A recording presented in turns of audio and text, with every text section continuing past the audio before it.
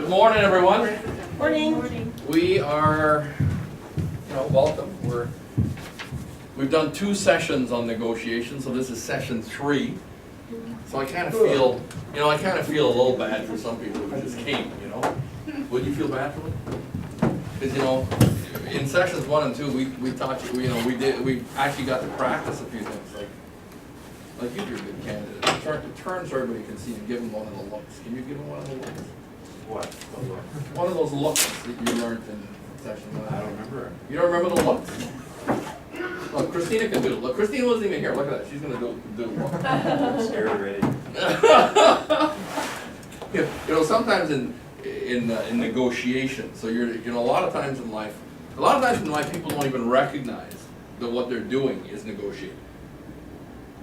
So if you don't even know that the other person is negotiating with you, you're kind of at a disadvantage. So a lot of times it's just sometimes as simple as people say something and you look at them and you go, really? Are you serious? So this is an everyday thing. Like the other day, Rebecca and I went to buy that camera. So we get to the counter, and we're actually going to deal with this in a second. It's actually what I'm going to start with. I think that's what I'm going to start with. We go, yeah, there we go. That's how we start. I'll give you a story. We're at Best Buy. We're buying this camera, and I said to the sales lady and the checkout lady both together. And I said, hey ladies, I said, I heard something. I said, I don't know if it's true or not. This is exactly what I did. I said, I heard that when you buy one of these cameras, that it comes with a case. I said, is that true? And right away the sales lady, she goes, well, we have cases for, that we don't have a specific case, but we have, and she goes through the whole spiel of what she has. I said, well, could you bring one? So she brings one over. So I say to the sales lady, I said, well, does it come with the camera? She said, well, no. She said, it doesn't come with the camera. She said, but those, I can't answer those kinds of questions. I said, so what you're saying is, I may have heard some truth. Like sometimes there may be a case with the camera. She goes, well, she says, yeah, but she said, could be. She said, but you have to talk to a manager. So I said, who's a manager? She points to the gal behind the counter. She's not just a checkout lady, she's actually one of the managers there. So I said, did I hear right? And she's just let me check. She goes, yeah, she says that this case can come with the camera. But they were going to charge me, what, $25 for the case, right? So then she starts adding it up, and there's a clip, there's some kind of a connection between the camera and the tripod, and there's a little clip there, some kind of a connection thing, and she's going to punch that in and say, well, how much is that? How much is that? She goes, well, it's $12. And I said, well, I thought it came with the camera. No, she says, that doesn't come with the camera. I said, I'm not saying it does come with the camera. I said, but I heard. I said, I'm sure glad you gals are able to help me here with these. I was a rumor I heard, but I heard it, on the way into the store. I heard these things. So she says, let me check. She goes into the computer. She goes, okay. She says, doesn't come with a camera. She says, but I can give it to you for half price. I said, well, every little bit helps. I said, us immigrants. I said, us immigrants, we are, we're trying to make it in Canada. You know what I'm saying? And anything you can do to help us is much, we really appreciate it. That's what that is.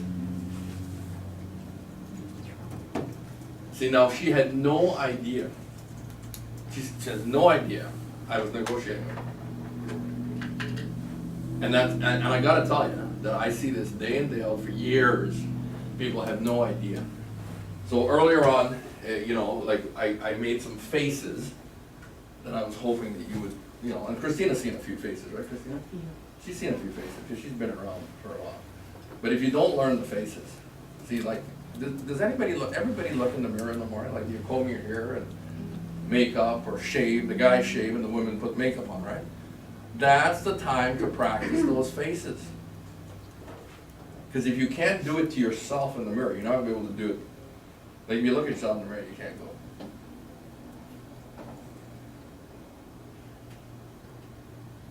Because here's the secret thing about negotiation. The secret thing about negotiating It is a combination of what you say, how you look, your body language. It's a number of things. It's not just one thing. You can't smile at people and go, is there any chance you give me like a, you know, like give me the, throw the, was there any chance you guys would throw the case in that camera? She'd go, probably not. But if you just come at it a little differently, I mean, so by just using the right words, right expression, camera cases should be a piece of cake. I was buying a phone one time, and this last phone, not this phone, last phone, I'm in the phone store, and a guy says, you know, you should really have a case for that phone. And I said, yeah, that's a good idea. And I said, how much is it? I forget what it was. One of those hard plastic cases was like $40 or something, $35 or something like that, right? And I said to him, I said, I'm a wholesaler right now. I said, I never pay a retail. I have a wholesale license. I went like this. And I said, do you want to see my license? And he goes, no. He says, that's fine. He says, I'll give it to you for wholesale. I said, how much is wholesale? He says, about $17 wholesale. I just said to him, I just reached my wallet, pulled it out. I said, I have a wholesale license. I never pay retail. My dad used to call it the realtor discount.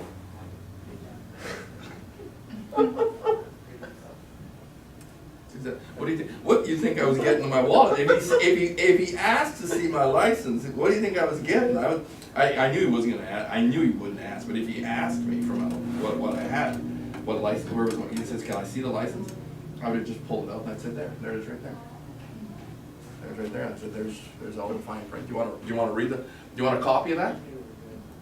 Or do you want my driver's license as well? And that would have been it. Game over.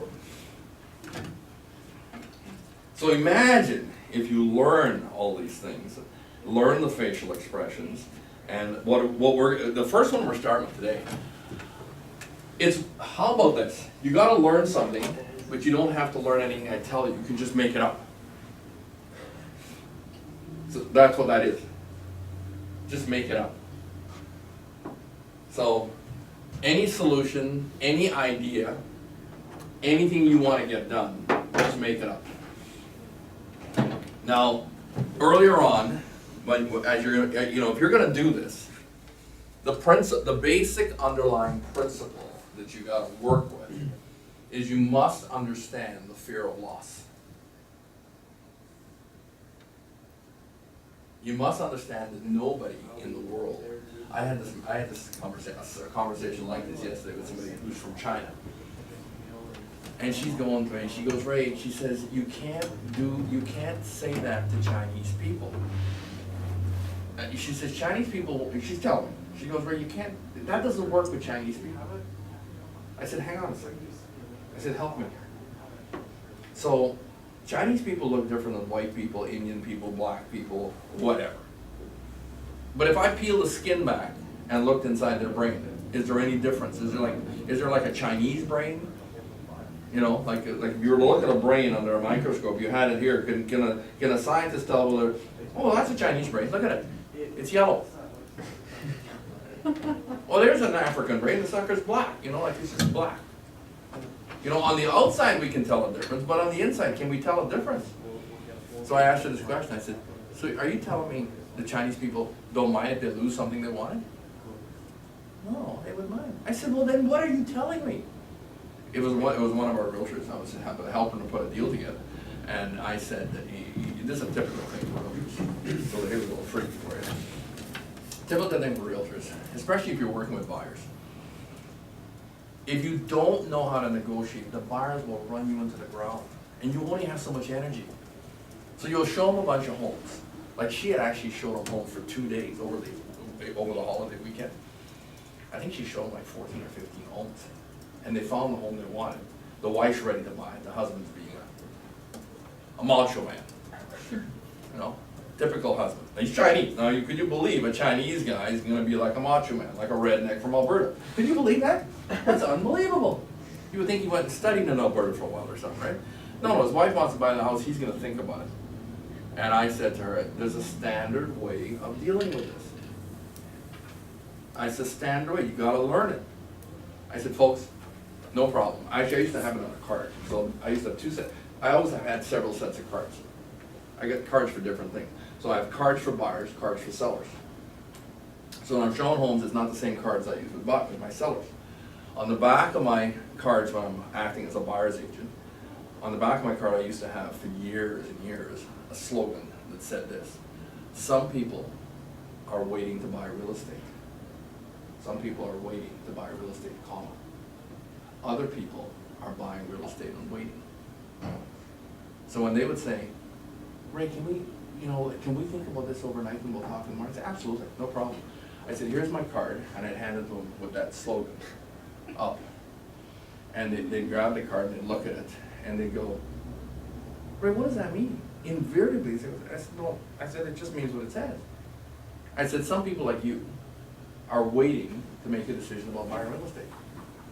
I said, other people have already made that decision, and they're just waiting as the real estate continues to go up. And I said, it's okay with me that you wait. Wait all night, wait till tomorrow morning. But I said, I need you to do me a favor. What's the favor? The favor is this. I said, I have absolutely no control over that listing that's your number one choice. I'm not the listing. I have no control. And so what I need you to do is say to me in the morning, and you can tell me now, Ray, if that listing sells, I give you the news in the morning. Hey, by the way, the listing we wrote the offer on, the wife signed it, and you wanted to wait overnight. Kurt came and sold it in the middle of the night.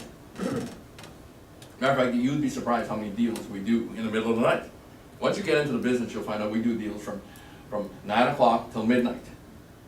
I don't know how many times I'm coming from somebody's house with the final signatures, and it's after midnight. And the people that put deals together go get the signatures. Let me help you here. The people who don't put deals together get lazy and go, I'll get the signatures in the morning. I'm not one of those guys. You tell me you're going to give me the signatures, I don't care what, the time doesn't matter anymore. I'm going to get the signatures. So I want you to tell me that if we sell that house sells tonight, and we go into you're okay with number 2 choice. There is nobody okay with number 2 choice. And if you cannot do that, you're just gonna learn to do it. But here's the thing: not everybody's gonna learn. You might as well that's why 7% of the realtors do 97% of the business, and 97% of the realtors fight over a little piece of the pie. Because people won't learn, they don't know, they won't learn, and they have to get way outside your comfort zone to tell that to people. You gotta be way outside your comfort zone. But you can do it if you think in terms of, I'm like a fly fisherman, or I just take balloons and I let them go in the sky. I don't have to be personally attached to any of these things I say. I don't have to be personally attached. If the fish aren't biting on one fly, you change the flies up real quick, and you put another fly out on the water, completely different fly, and maybe the fish will bite on that. So that's the idea of, so like basically you can say, well, what's the rule here? The rule is, one of the rules, people don't like to lose. So the other rule is, you gotta use your imagination. The best negotiators have the best imaginations. So if you have not exercised your imagination, would you like a practice? Like, how do I build imagination? Would you like to practice this? Or would you like to learn how to do this? Yes, we Would would. you? You cannot do this in 5 minutes. It takes work to do this.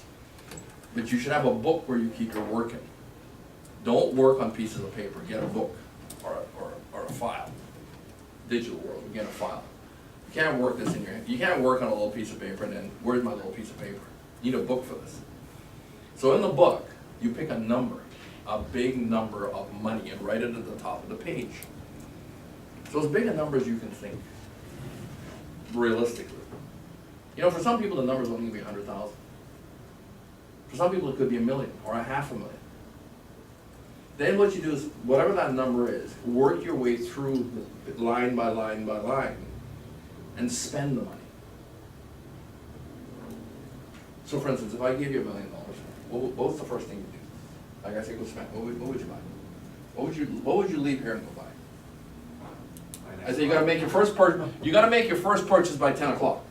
Go to get a car. Where would you go get a car? How long do I have? You got Drive less. as far down the freeway as I could. Just gotta be a Porsche dealership or something close by. So you're gonna get a Porsche. Yeah. What if you give $1 million, I gotta spend it out. I hear you, I'm just asking you. You see, this is helpful. You see, I don't want you to buy a car. Car is generic. I like Porsche better. You can't buy a car, buy a Porsche.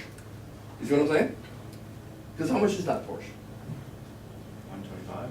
Perfect. See, so the first thing on his list is a Porsche. Like if you say Porsche, you don't have to say car anymore. Right? You leave the words out you don't need to use. Go Porsche, 125,000. What's the second thing you're gonna buy? Probably something for the wife. That should be your first. Something. You see how difficult this Tell me to is? be honest. Okay, so let me help you. Let me help you here. In the book, when you're writing this down, you are not using words like car, Yeah. something, vacation. No, you do not use words like that. We are going on a vacation. What is that? It has to be specific. Now here's what will happen if you do this several times. And I'm serious, this is an exercise, if you do it, it'll help you a lot. Matter of fact, here's what it'll help you be. It'll help you become a millionaire. This is millionaire training.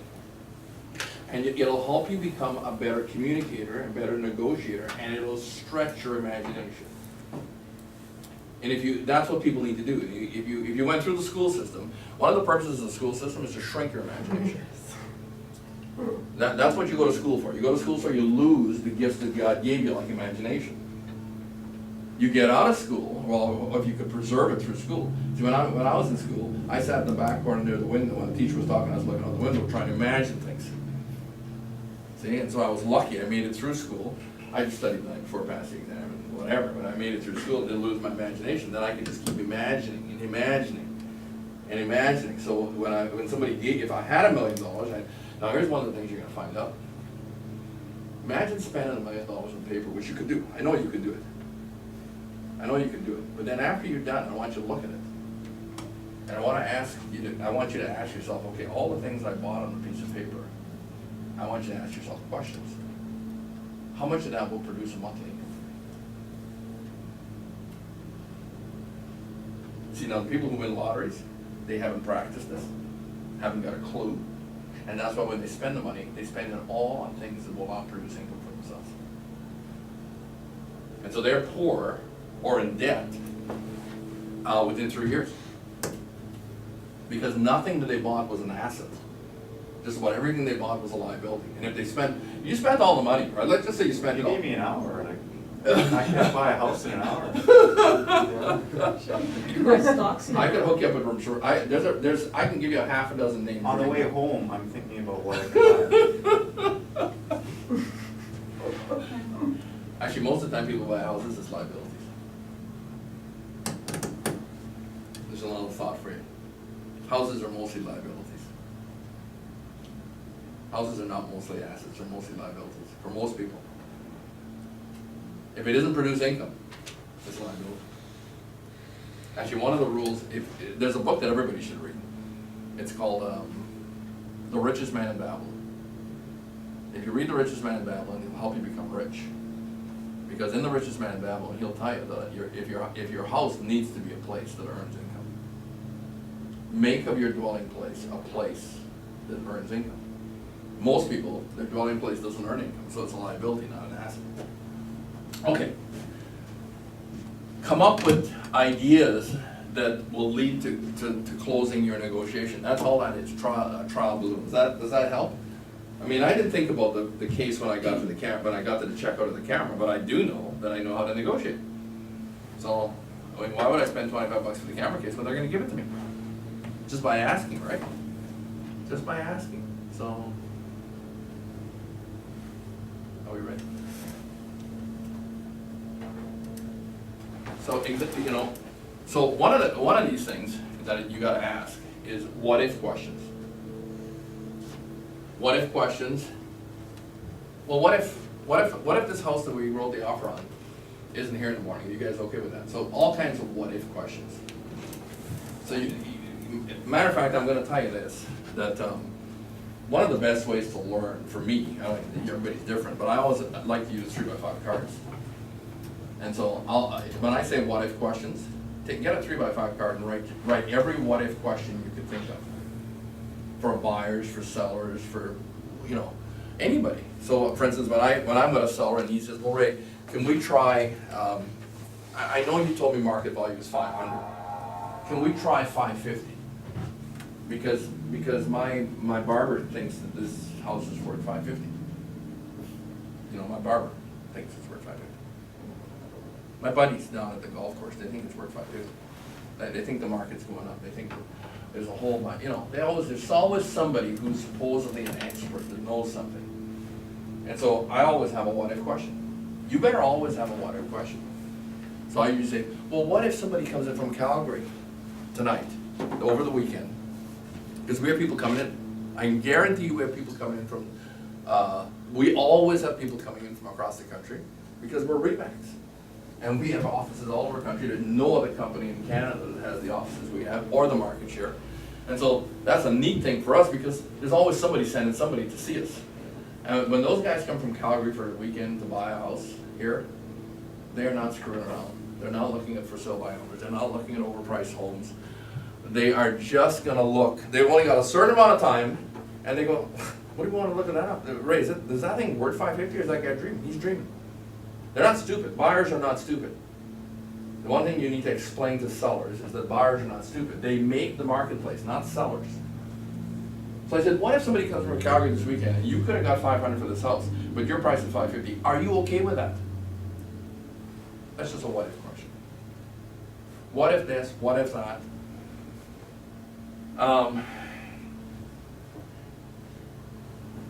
A trial balloon is kind of like, well, if I do this, would you do this? If somebody said to you something recently, anybody, Kurt, Christina, somebody asked you to get somebody to do something in a transaction, can we get them to leave the washer and dryer? Has anybody asked you anything recently? Well, like what, Kurt? Give me an example. Well, you're working on one right now. You're going, they're asking, Kurt, I know he's doing a deal, and people are saying, can I have an extension? And I would be saying, so what you want me to do is, you want me to ask for an extension, and how will I explain that to the sellers? Like, tell me all the things you did for the last, how many days? 12. For the last 12 days, give me the list of all the things you did, and how close you came to everything. And you just need a few more days. But they were asking for 2 weeks. And how much stuff did they do? Almost nothing. Because they had a guy with a real estate license representing them. Not a guy that knew what he was doing. A guy with a license. There's the other problem. Getting the license doesn't help you at all. Getting the license will not show you how to negotiate and ask those kind of questions. So you really have to work on yourself.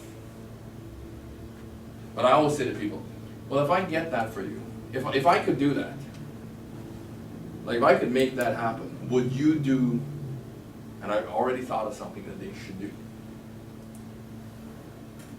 Like I'm working on a deal today. I've been working on it for weeks, and finally I'm making a little bit of progress, and I said to the buyers, I said, you know, if I can get this guy to accept the price and the long time you have for doing your due diligence, I said, will you shorten the closing date? They want to have the closing date till June of 2014. So right off the bat, I said, you know what, I got him to accept the subject removal date, September 30th.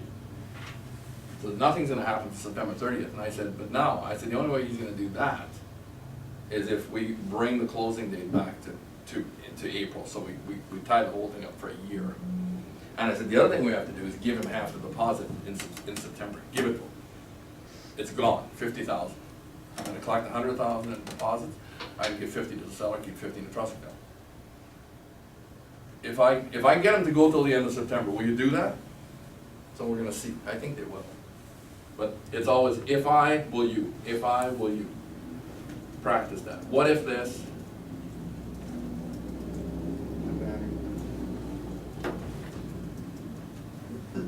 So are we done? Was that it? No. So what else is on your mind? But see, that's, I'm just always gonna say, so, okay, so I solved this big problem, I got, so that's it? And she goes, no, so what else is there, Christine? Well, okay, you talked about negotiating in person Mm-hmm. and facial expression. We do a lot of our negotiating with other realtors and clients over the phone. That's more, they can't see our face, so our words become more important then. Oh, absolutely. Absolutely. But I'm gonna tell you, that in this session, like we did 2 parts and then this part right here, I said, well, by the time we're done the session today, and you took all the other stuff we did in the first 2 sessions, I'll tell you this, I'm gonna tell you that there isn't too many realtors out there that'll stand up under this stuff on the phone, not too many. I beat them all the time, I've beaten them for years, because most of them will never take a negotiation course. I mean, I'll beat them just by my expression on the phone. I go, are you serious? Like, are you serious? Are you serious? I'm making this up as I go. Like, are you serious? You're kidding me. Well, here's the best thing to do. The best some of these guys do. Well, Ray, can we split the difference? I go, seriously. So what you're saying to me is market value is not an issue here. We're just gonna split the difference. What does splitting the difference have, what does that have to do with the price of tea in China? If, like that's how I would come back if I'm negotiating for the seller, as an example. Most of my life I've negotiated for sellers, the other part of my life I'm negotiating for buyers. But when you know how to negotiate, and the other guy doesn't even know, he has no idea. You don't tell him, hey, by the way, I just make this stuff up, eh? No, he thinks you're deadly serious. He thinks like you're ready to go to war over this stuff. Did you hear, you see, if you really want to really get this and become a student of this, you need to read Winston Churchill. Now, Winston Churchill said this very plainly. He says, we will take those Nazis down. We'll beat them. We'll beat them in the trenches, we'll beat them in the field, we'll beat them in the air. Everywhere they go, we'll beat them. And he says, furthermore, he says, we'll take the English language and we'll send it across the airwaves and we'll strangle them. We'll kill them. They won't have a chance against us. And boy, he would walk on in front of the troops before D-Day, and Winston was right down there with the guys before they crossed the channel. He walked up and down in front of them ranting like this and just inspired them. I mean, you'd have to be pretty inspired. The Germans had the best machine guns in the world. If you've ever seen machine guns that don't jam, it's the German ones. Canadian machine guns and British machine guns, American, they jam, not the Germans. German machine guns just go forever. You don't have to stop and pee on them or anything. They don't get too hot. They're perfect machines. The first times the Allies ran up against German machine guns, they couldn't believe it. The Germans just mowed them down. So here these guys are so inspired by Winston's words. They run out onto the beaches, and the Germans are in their concrete bunkers with their machine guns, with endless ammunition, just shooting them. And those guys are running up there, and they took them out. What did that? It was the words, you know. It was Winston was he was negotiating with them, but he inspired them. So you could learn the right words, which is negotiation, to the point where you inspire people to do what you want them to do. Sign the contract, accept the deal. Don't lose what's in front of you. So Winston was, if you become a student of negotiations, you will read about Winston Churchill. Questions? Stop me anytime. Okay, this one, like, come on, I need you to help me with this one. I know how to do this, but do you guys know how to do this? Christina, that's close. But you followed it up with a smile. See, you gotta be able to do like A fake heart attack. See, she's smiling. It's like entertainment. See, like but you got in real life. You have to go. Like, if you want to win a negotiation with the Koreans, this is great. I actually, not just telling you this, I've done this so many times. I did one, the best one I ever did. I'm negotiating with a guy, he wants to take 100,000 of my commission in this negotiation, heavy duty negotiations, threatened to cancel the deal. And when he asked me the question, so Ray, will you give me 100,000 of your commission? My commission was 180,000 in this big transaction. He goes, will you give me 100,000? I went like this. And I keeled over, I was in my suit and I was sitting on the chair, I keeled over and I laid out on the floor. And I'm going like this.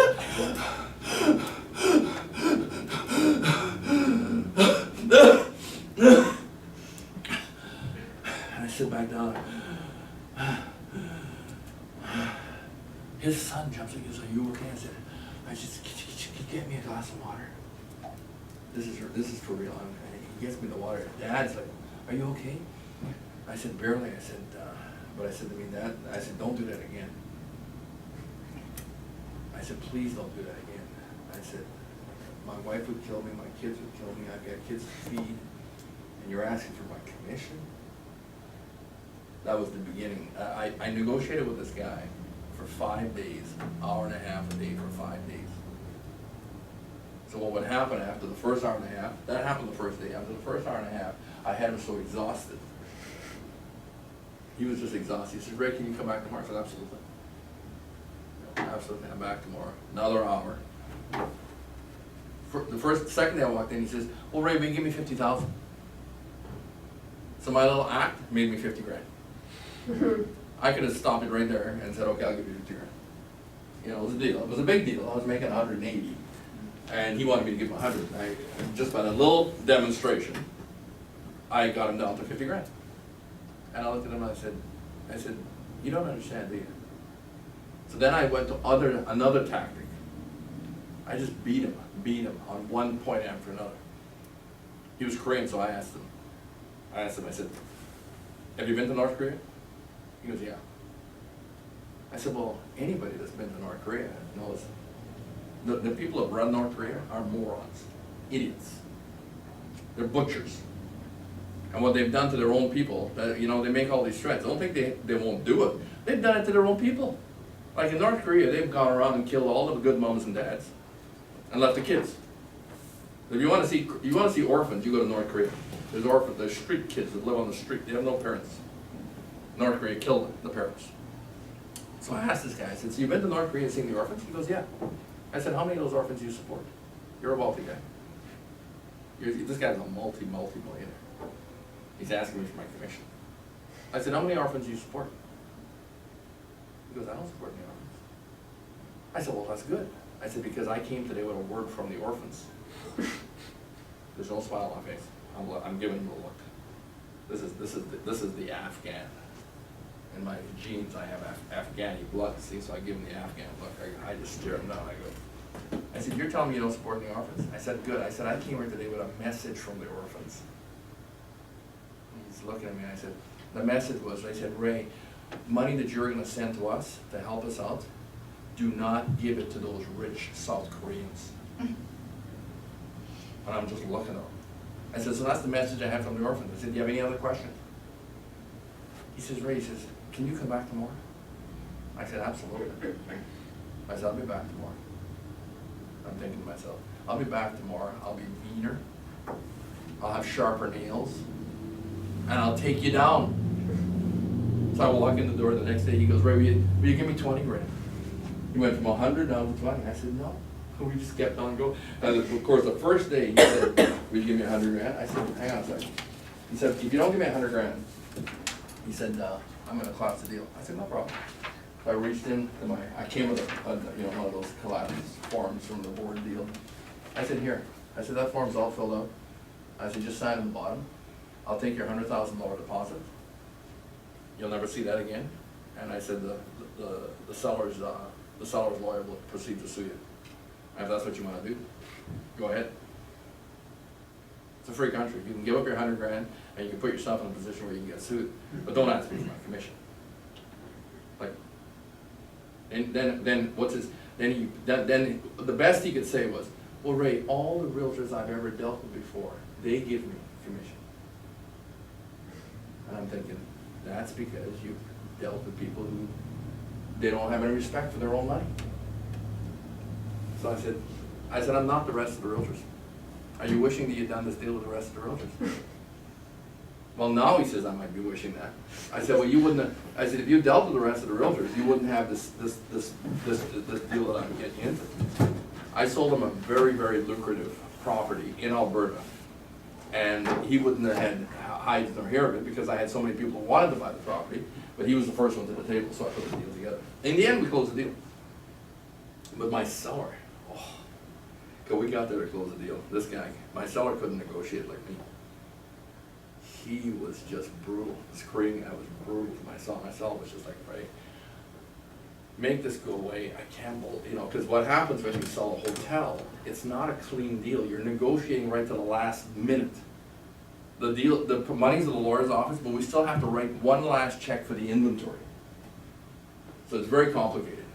So, you know, you go to count the inventory and the seller tries to concede and the Koreans are going, no, we're gonna get them for several $100s now, right?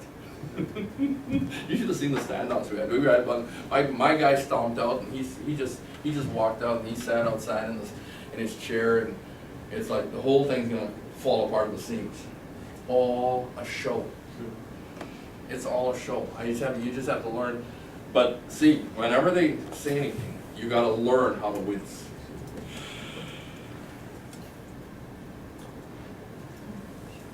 Matter of fact, in the Middle Eastern countries and in Eastern countries, that's all you have to do sometimes. On the streets of Nepal, you can learn how to negotiate. So when you go to this place, on the streets of Nepal, a kid will say to me, or a guy will say to me, sir, do you want to buy this knife? And I say, well, how much is that knife? And he goes, well, it's like $20 or whatever, $20. I go, well, for you, right away. I go, really? 20, well, we'd probably come down to 15. Well, it's $100, sir. Are you kidding me? 15? And see, now when you have the whole picture, see, like we almost have the whole picture today, but now you basically what you're doing is you're letting them know you're going to put up a fight. And now all you have to do is reach into your toolbox and come up with the right next piece. So the wince is to let people know they're not going to get it. But now what's the next piece? So there's so many next pieces. So several of the things we talked about already could be the next piece. I'll give you, as we do it, you got to look shocked. You've got to have this. I can't give this to you. I can tell you.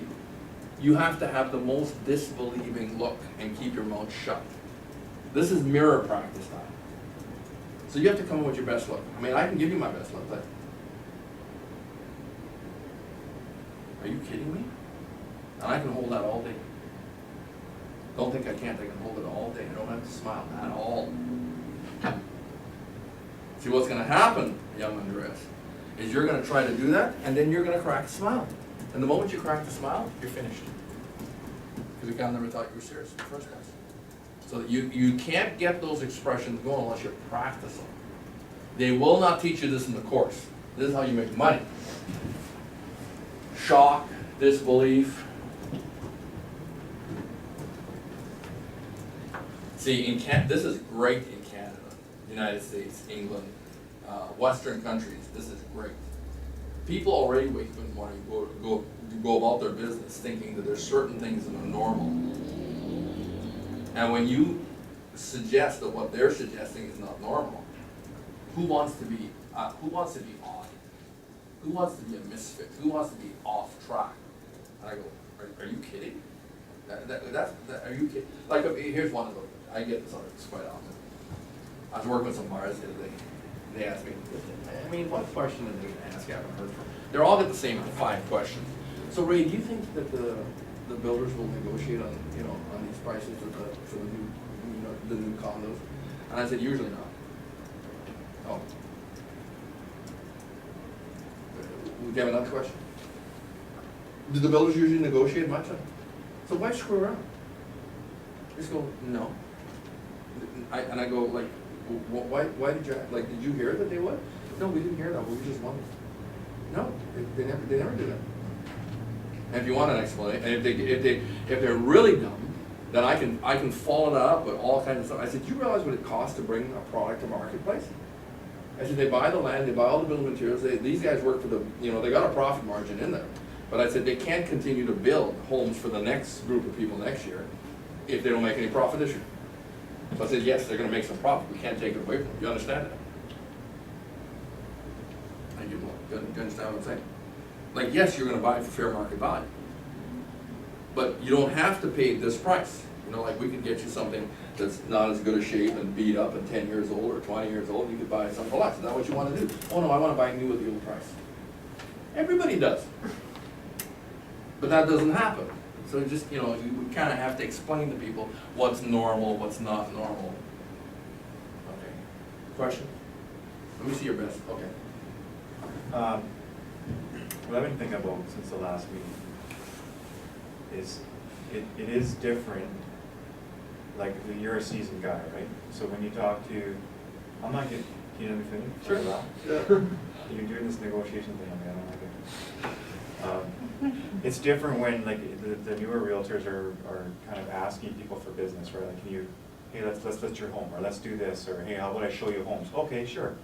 I think it's a bit different negotiating when they know that you're like the big daddy versus the young guy. Like, I know you can, do you know what I'm saying? Like, it is a bit of a different mentality, right? Like, you can't negotiate as, anyways. Chris, let me put it this way. Maybe it's just my experience, right? Well, let's layer this. So let's first of all say, it's gonna be very difficult to if you're, right off the bat, if you're thinking about yourself as I'm new. No, I don't mean, I mean from their perspective. I know, but if not, I say you personally, but just anybody, like if anybody's thinking, like when I started, if I'm going out there thinking, they're gonna think I'm new and so all of a sudden I'm affected by how I think.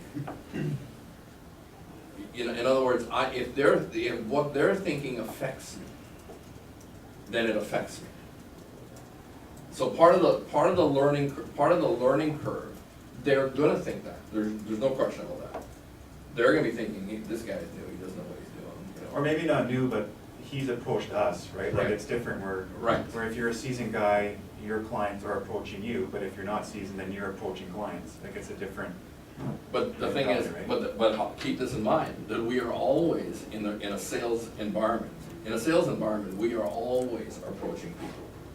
So sometimes the number of new people a seasoned guy approaches might be less than a guy who has no client base and the job is to build the client base, right? That's the first thing. But we're all gonna face it, for sure. We're all gonna face it. And it's not an overnight thing, agreed, it's not an overnight thing. But part of the process is realizing that how I feel about myself, or if I'm thinking that what people are saying and thinking is affecting me, it will affect you. So part of the whole business, right? Part of the whole business is personal development. Part of the whole business is getting to the point in your own thinking where you feel stronger than you are. Like I've read some stuff this morning that's making me feel better, or I've listened to some stuff on the way. See, I gotta tell you that I had exactly all of those thoughts driving to my first appointments. And so what I did, I said, okay, and anybody, in any business, I mean, you could be in a different business and feel that way, couldn't you? It doesn't matter what your business is, and you're going to some of your first meetings, and am I gonna be able to pull this off? So what I would do, and this is how I got started years ago, like in the 80s, I would not go to meetings without listening to motivational stuff that would build me up before I arrived. And so I've always been listening to stuff, so when I got there, I mean, think of it this way. If Churchill did not have those meetings with the boys before they got on the rafts, the boats to cross and to get in front of those Germans, they'd see those German machine guns firing shots and they would go, we're not going out there. We don't have a big enough reason, to run up against those bullets. 50 millimeter German shells. We don't have a big enough reason. So motivational tapes and teaching tapes and books that you read make your psyche. You see, one of the big things you're working on is fixing your self-image. See, most people don't realize in life that one of your goals in life is to fix your self-image. It's not right. There might be parts of it that are right, you know, through depending on your upbringing, right? There may be parts of your self-image that are okay, and there's other parts, there's a whole bunch of stuff that needs to be fixed. But in a business like real estate, you cannot out-earn your self-image. I'll smoke on that one for a while. In any business, you can't earn more in your self-image. So if your self-image is down here, you can't earn up here. Now, there are exceptions. There's nothing works, nothing I say that works nothing anybody says works all the time. There's always exceptions to everything. Fair statement? So I say you can't earn above your self-image, and we say, well, I know a guy that did it. Let me tell you what's gonna happen. The income will come down to the self-image. See, in our sessions that we've had for years, and me showing realtors how to make, we have some of the most productive, high-producing agents in the Lower Mainland, in the province, if not in Canada, in our office. We have some of the top people in our office. Just when you see the stats, you go, oh my goodness, I didn't realize this. Now, if you went and did a survey of these people, you'd find out that some of them are broke. It's a shame. It's unbelievable. So they earn up here, but their value, their net worth is down here. Because they haven't fixed their self-image. They didn't do that exercise over and over again with $1 million. So every year they take the money that they earn that's above them, and they blow it. They start over again. So then the question is, do I just do this just so I can say I do 20, 30, 40, 100 deals a year? Is that why I'm doing this? Why are you doing what you're doing? Or why are you building any business? Why are you doing any work? There must be a reason. If you haven't connected with those reasons, it's way better to get a book at the dollar store when you leave. Go out there to the dollar store, get a book, and put a page on the top of the page, $1 million, and start spending it. And work your way through the whole book. After you spend $1 million, start at $2 million, start at $5 million. You do it enough times, you'll stretch your imagination. And you'll affect. You need to do things to affect your self-image. And fix your self-image. When you affect and fix your self-image, then when I say you've got to learn how to wince, you see, when I wince, I am, first of all, it's after, in the beginning you're like, it's a game, or it's like a play. You know, it's like a movie. We're making a movie. But I mean, some of those movies that we watch actors make, I mean, does anybody watch movies? Everybody watches movies. There's never times in the movie when you think it's real. I mean, I saw a scene in the movie, my wife was with me, and she can't watch that scene. You know, this guy takes another guy's hand, he sticks it in a carburetor, and there's blood all over the place. And my wife goes, "Ah." She can't watch that because it's so real, right? So the things we do in business, in negotiating with people and getting people to come to the right conclusion, how we get the commission and make the deal work and build a business. Some of it's isn't real, but after a while, you gotta wince, and the pain just comes across them. Seriously? You're actually seriously thinking that they will,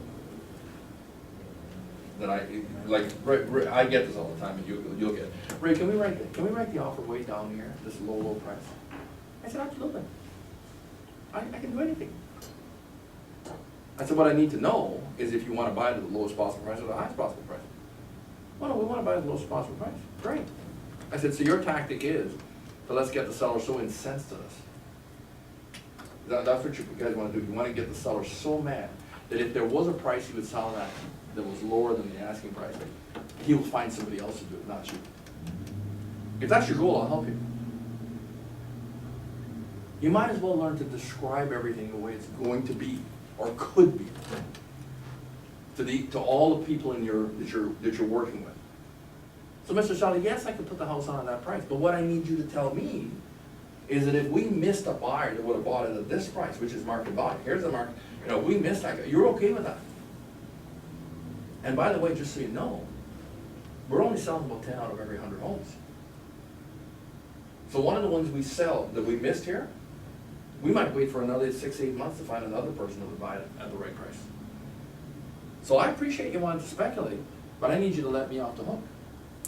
I've never met a seller yet, where if you listed to the wrong price, which he told you to do, that is happy with you when he finds out that the neighbors around the corner got their homes done. Never met one yet.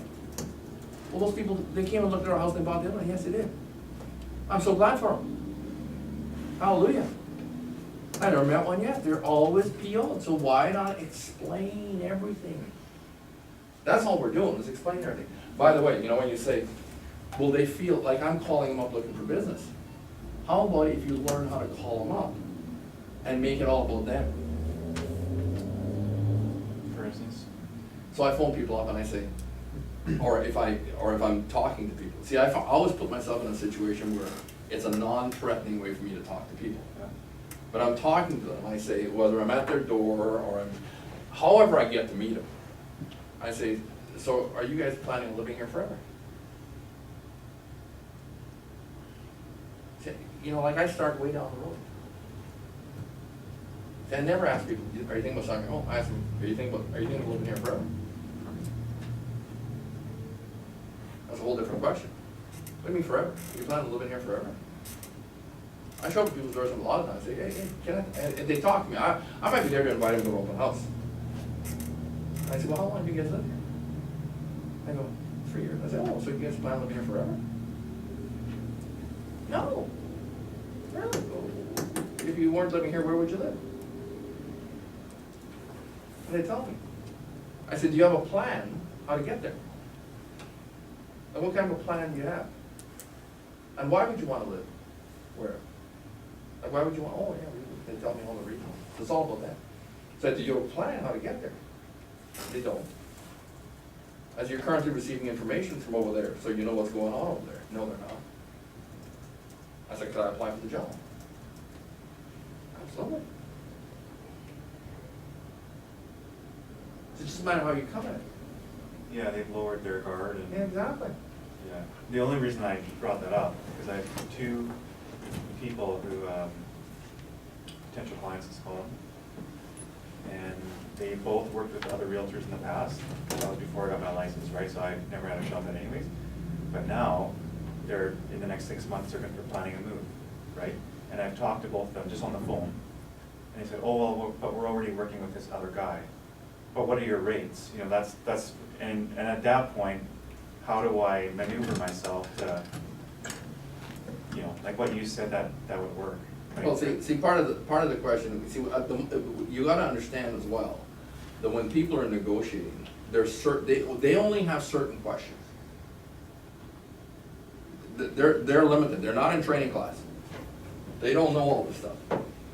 So the moment somebody asks about price, it's the weakest form of negotiation on their part. Anybody that negotiates anything and their first question is about the price, it's the weakest form of negotiation. But they don't know any better. They don't know any other questions to ask. It's like if you're shopping for a bicycle for your kid, as an example, and all your shopping is price, it's gonna cost you more than whatever you pay for that bike, guaranteed. Guaranteed. Because if price alone will always get you, it'll hurt you, because the lowest price is not necessarily the total cost of keeping that bike operating or keeping the transaction operating. So I say, so whenever people bring up the question about price, you have to already understand philosophically that price is an issue in the absence of value. But for us, like for me, do I aggressively try to seek these people out, or do I say, you know what, they're already working? No, you see, if somebody says to me, well, I've already had a relationship with a realtor, I said, perfect. So depending on the situation, or like if you're, it depends on the circumstance. I said, so perfect. So my question is, are you keeping your options open? And is there a chance that I could come and apply for the job. Are you taking any, would you be open to any other applications? And then if they say no, then you hang up the phone and. Yeah, I mean, they say, no, we know this guy, we know, but, so another way of saying it, okay, I've never had, there's some things I've learned over the years, like this one, that I never get no's on. They say, well, I'm talking to them, and they say, well, Larry's our realtor. I said, great, I said, Larry's a great guy, I said, that's a good choice. I said, can I ask you a question? They go, sure. I said, do you have a plan B in case Larry's away? I've never had somebody go, oh yeah, we got plan B. We got Randy. Larry's from number one, Randy's number two, Randy's number three. I never had that. Ever. Guess why? Because they were just negotiating anyway. There might have been some truth to it, but they're just trying to they're just trying to stop the interaction because the interaction that's going on with you is outside of their comfort zone. That's all it is. And so what you gotta do is soften it. Your goal here is to soften it and just make it so it's acceptable. You don't wanna make it confrontational. You don't wanna go, well, no, Larry, he's an idiot. If you really knew what he was like. I mean, you say that, you're screwed. Do you know how many people have driven business to me over the years? I mean, other realtors, they've driven business to me. You know how they did it? The moment my name came up, they said something bad about me. As if the person's gonna go, really? He's that bad, eh? Oh yeah, and it's just, like, it's unbelievable. See, because they're weak and they feel a little threatened, right? And they don't know how to do this, so they go and say something stupid about me. All right, he's just screwy. I hear brokers, they do this all the time. They tell them, but keep away from that guy. And see, because they have never been in an interaction with me. If they get into an interaction with me, they're gonna find out that it's gonna be a little, you know, they're not ready. Somebody says something with Larry, I said, you know, Larry's a great guy. I said, but I just need to know. I said, let's say you decide to call him, and he's away on a trip for a month. I said, who's your second? Who do you call second? Never had anybody say that. Never had anybody call me. I said, that's the reason I called. Notice my tone changed. Now I try to sound like Christina and Sherry. If I can. See, these women have an advantage over me. So I have to learn from the ladies, because they can, you know what I'm saying, Kurt? They can tone it down and get a little melody going in their voice. See, so women are great negotiators, right, ladies? They can negotiate all kinds of things. So you get for the men in the room, you gotta learn how to get your feminine side sometimes and just kind of say, well, that's great, but if Larry's not here, you can have a plan. No, I don't. I said, the reason I called was because I was hoping that I could apply just for second place. I mean, to come second to Larry, I feel honored. Wow. Okay. Can everybody wince? Like I all at once. Can you all just look at me all at once?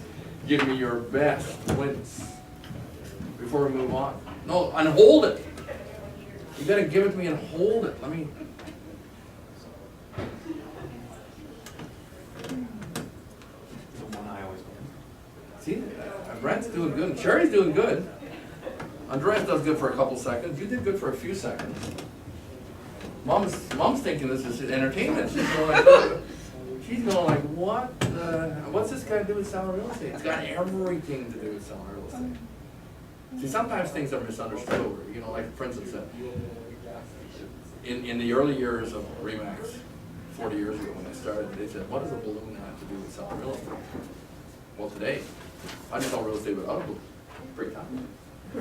See, so it's kind of like, you know, what does wincing have to do with selling real estate? Might not have anything to do with selling real estate. It might have everything to do with selling real estate. It's just a paradox, right? It has to do with people. Okay, this is kind of like, I've done a lot of tactics, and now and we've dug into several. So I'm gonna go a little faster. We got an hour, and these are all the different things in your toolbox. So for instance, but a lot of them are based on certain principles. Like a better offer is based on the fear of loss. So Kurt was doing a deal here recently, and the deal gets more exciting when there's a second offer. See? So one of the things I've always explained to sellers, better offer. When you go to somebody's home to list it, you have to explain to people that there's a range of value, but the best way to explain that is to explain to sellers that there's good days in real estate for sellers and there's bad days. Once you learn how to do that over and over, I say, look, everybody that puts something on the market, there's good days and bad days. I say good days is when you have an offer and you have a better offer, or you have several offers. That's a really good day. A bad day is we're on the market for months and you're wondering what the heck's going on. We can't get any showings. There's nobody writing offers. We can't even get showings.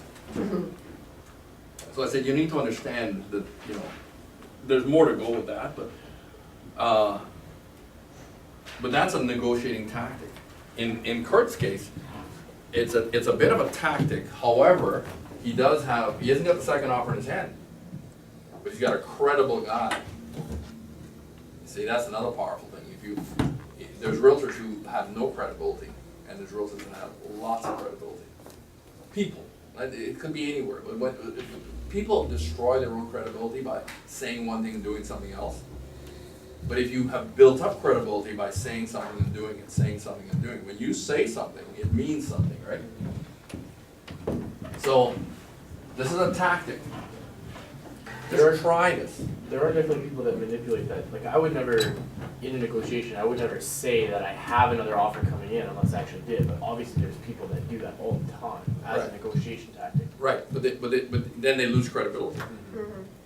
You see, so when you say things, you have to have the follow through. It's not just something you say. Because you could get burned with that too. If you Oh. did put yourself out there and say, well, we'll get another offer coming in, and the first guy says, well, I'll see you later, and then you're Exactly. with nothing. Exactly. Yeah, Yeah. Like for instance, remember you asked me if you should say something to the other guy. I said no. And you would never tell these people that this other guy is writing an offer. Not until you have it in your hand. Yeah. But however, you can talk about, you can use the better offer idea because people don't want to lose. But you can just ask everybody this. The second way of doing it is just say, look, come on, Sherry, you can do better than that. And if I say, Sherry, you can do better than that, what's the first thought in her head? Maybe. Of course you could. See, I just say to her, Sherry, you can do better than that. And the first thought in her head, and he's not even in her head, and you see, he's not even in her head, and he knows that by suggesting that, it makes her think, yeah, I could probably do better than that. Maybe. Like maybe I could do better. So just we're just suggesting things to people. And I'm quite sure nothing's bad. You got it. Oh, Did I get it? yeah. So, when you give people choices in a negotiation, you could stack it in your favor. There's so many ways of doing this. I showed you this last week when we were doing a listing presentation. At the end of my listing presentation, I have like 20 some questions that are suggested, that are questions that sellers use to interview real estate agents. Did you know those questions are all biased in my favor? They're all biased. However, guess what? My competitors never have that list of questions, never offer to give it to the seller, never suggest to the sellers the whole thing, whether they have a guy that they use for years and years. You say, that's wonderful. But like when it comes to selling your home, and things have changed, things are changing all the time. And some of the ways that we used to sell homes in the past, some of the guys that used to sell homes in the past can't keep up anymore because there's so many things that are changing. I'm just wondering, are you interviewing a few people? And could I be interviewed? Would you consider being interviewed? The moment they used to say to me, when I was still new, when I was in my first 5 years, they go, so, yeah, we want to interview you. You could come to the interview. I never had people say, well, no, we're interviewing two people, right, and we don't want you to come. Even when I was new, and I said, well, could I come to the interview? Come to the interview. They go, yeah. Can you follow that? Can you track with me on that? That they would say yes? Yeah, I have said that, and most of the time I get no. Really? Because they don't want to feel like someone else is coming to pressure them into, right? So that's why. So then the next question I would ask anyway So, you see, so if I talk to Kurt and he says, well, we're actually, I think we're interviewing two and that's good enough. I would say, Kurt, could I ask you a question? I said, are you using a set of interview questions that a lot of sellers use when they're interviewing real estate agents? And the answer to that question is, No. no. There is nobody gonna tell you, oh yeah, we have the standard set of questions. Are they, Christina? Nobody is gonna go, oh yeah, we have those questions. So I said, well, I don't mind sending you the questions, and I would send them to you anyway, Chris. Is there any chance I could come as well? Now, it might be tough for some of us guys to say this, because we really have to sound like one of these girls now. We have to lower that tone way down. We go, well, yeah, I'll send you the questions. Is there any chance I could come to Very interview as close. well? Do we really Sherry, are sound you up like there that? talking? Really? Pardon me? What did you We don't sound like say? Christina, I'm trying here. You know, just because you have more talent than I have, doesn't mean I can't try. How am I doing, Sherry? Pretty good. You know, like, I mean, there's a range. Okay. You know, we talk about things to practice. I'm here to tell you seriously, for some of the guys especially, but the girls as well. You have to practice your voice. So like, to be successful in business, your voice, you have to be able to raise it up and get really loud, and you have to be able to tone it down and get very quiet, because how else will you get your point across?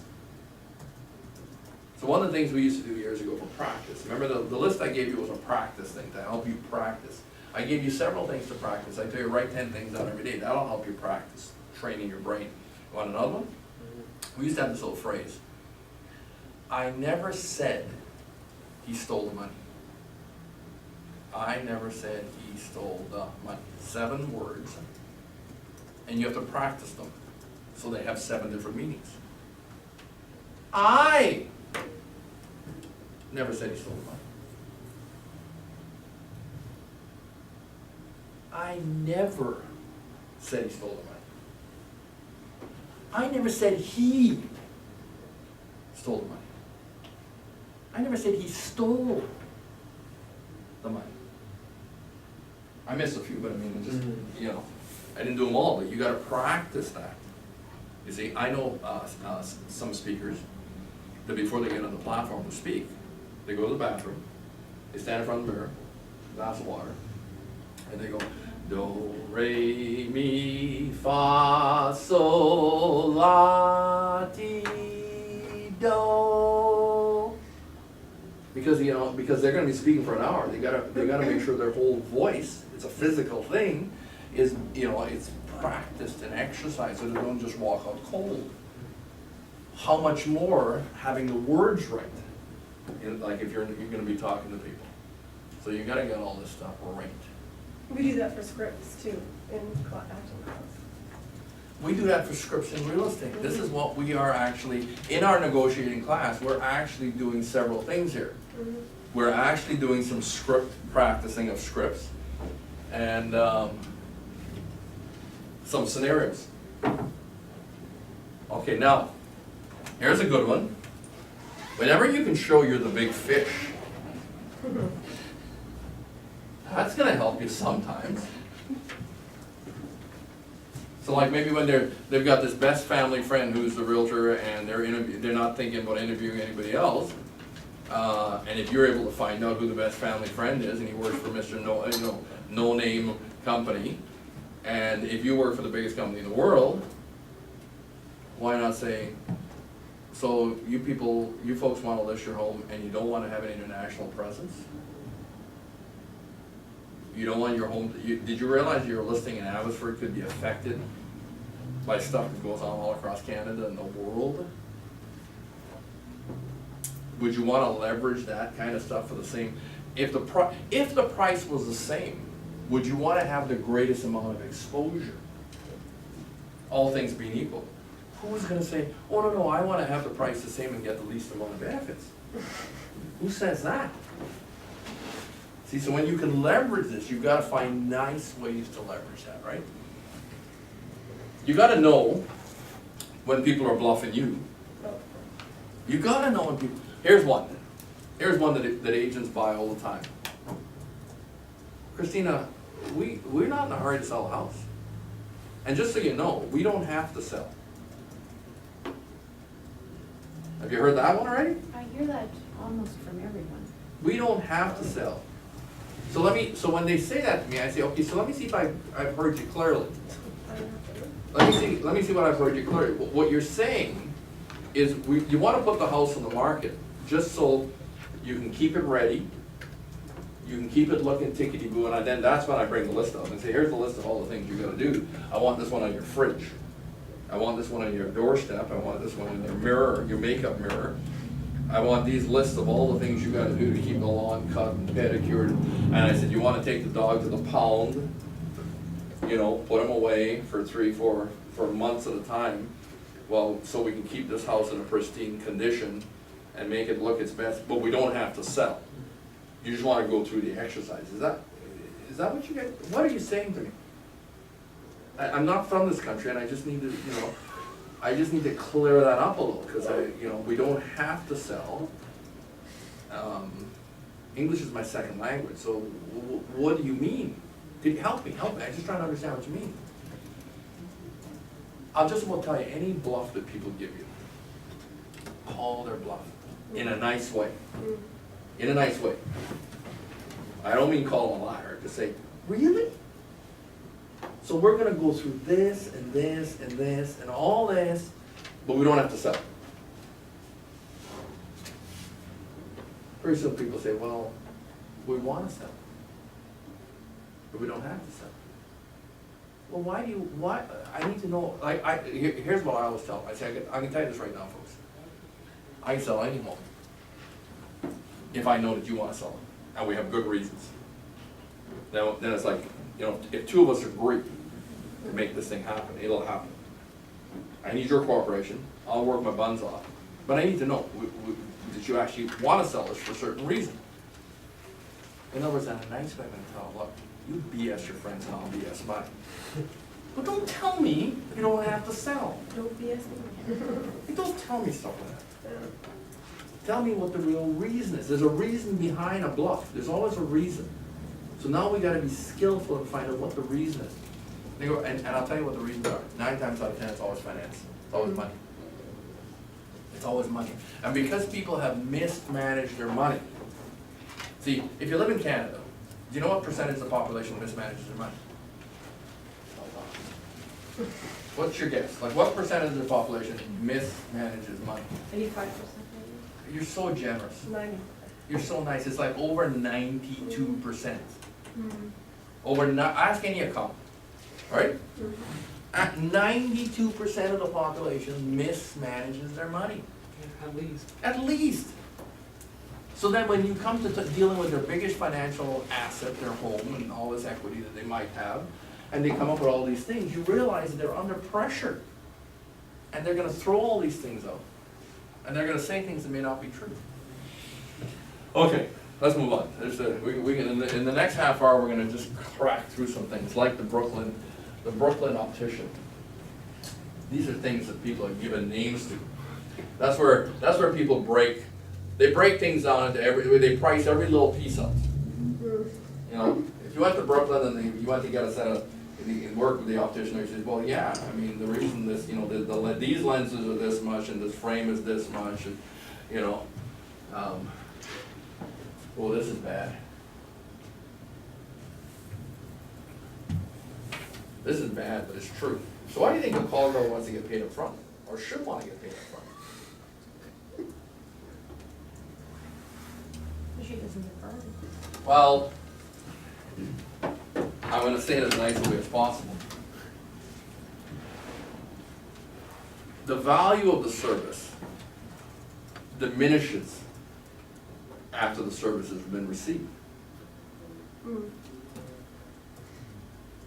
But I say that, I'm not picking on call girls, because any service that anybody provides to somebody else Once the service has been provided, the value diminishes. So I've been in situations, and you'll be in situations where you've done all this negotiation to get a really good commission, and they finally sign the papers, and I come back an hour later and I'm sold it. They're going, why? An hour later, in an hour you made 30 grand, 20 grand. This is ridiculous. Am I right? Oh, I know I'm right. This happens to plumbers all the time. I did the plumber one earlier, but this is the mistake plumbers make. A lot of tradespeople that provide service. But plumbers, I pick up plumbers because when a plumber gets called to do a service call, it's usually bad. And if he jumps in there and gets the problem solved, unplugs the toilet, gets all the sink backed up and gets all the lines, and he does it really quickly. And good plumbers know what they're doing, they just boom, boom, boom, they get it all done. Next thing you know, the water's running, everything's cleaned up. The value of the service diminishes after the service has been performed. Everybody that signs a contract with us, the contract they sign with us has a time limit, but if we perform the service and get the job done quickly, the value of the service diminishes. So knowing that, you gotta just know that. And you gotta make sure that people understand. People say, so one of the ways, would you like to hear, this is how I answer knowing this is how I answer the length of listing question. There's one thing I've done over the years and worked on, is I have stuff listed forever. I don't know, my competitors are always like, I wonder when's that thing that, I had an apartment building, people would try to relist for me, I had it listed forever. 5 years I had it listed. I renewed the listing year after year after year. I do it for a year, but I renew it. I renewed 2 months before it needed to be renewed. So now here's how you deal with that situation. So what I say to people, the paying up front, how I deal with it, is I go, folks, they go, Ray, how come you want to list this thing for 2 years? I said, I don't want it for 2 years. I actually don't want it for 2 years. I actually want to list it, go and find the buyer, come back in an hour, and have the deal sold, and you pay me the money. I don't want to list this thing for 2 years. So now if that happens, I've covered it. All these things that I say, I've done it, I've already set it up front to them. So I said, let me explain to you. The marketplace tells me that if I go to work and don't get paid, that's a whole nother negotiation, right? My sign goes on the line, it's gotta stay there until I get paid. But quite frankly, I don't wanna wait for 2 years to get paid. I wanna get paid tomorrow afternoon. As a matter of fact, when I list your home, see, I already know some. There's some homes I list over the years, and you'll get to that point. You'll list certain homes, you'll go, I know exactly who's gonna buy this home. See, once you get enough traction under your belt, you'll have your own database. I got to the point, you can get to the point in the business where you know you can do this business all by yourself.